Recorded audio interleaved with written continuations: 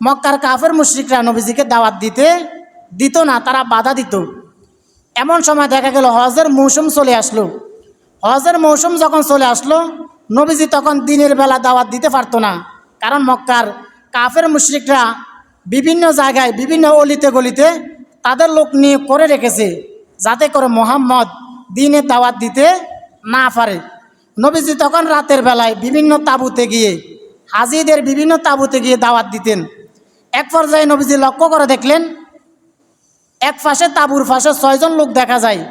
নবীজি তাদের কাছে গেলেন, গিয়ে তাদেরকে দাওয়াত দেওয়ার আগে কোরআনুল কারীম থেকে কিছু তেলাওয়াত করলেন।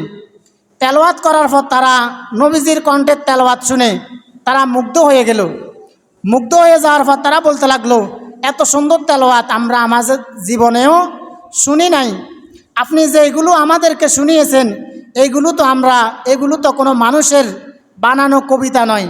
বিশ্বনবী সাল্লাল্লাহু আলাইহি ওয়াসাল্লাম বললেন, আমি যেইগুলো বলছি এগুলো হলো আল্লাহর বাণী, আর আমি হচ্ছে আল্লাহর নবী। সুবহানাল্লাহ।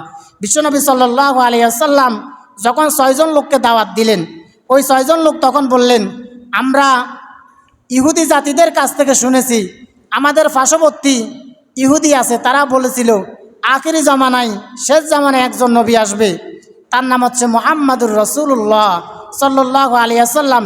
সুতরাং আমরা আপনার জন্য অপেক্ষায় করেছিলাম। যেহেতু আমরা আপনার কণ্ঠে কোরআনুল কারীম শুনেছি, আপনার এই কোরআনকে আপনার এই দাওয়াতকে আমরা প্রত্যাখ্যান করতে পারবো না। সুতরাং আপনি আমাদেরকে পড়িয়ে দেন লা ইলাহা ইল্লাল্লাহু মুহাম্মাদুর রাসূলুল্লাহ।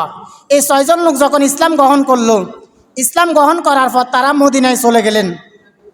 মদিনায় যাওয়ার পর তারা মদিনার অলিতে গলিতে দাওয়াত দেওয়া শুরু করলেন।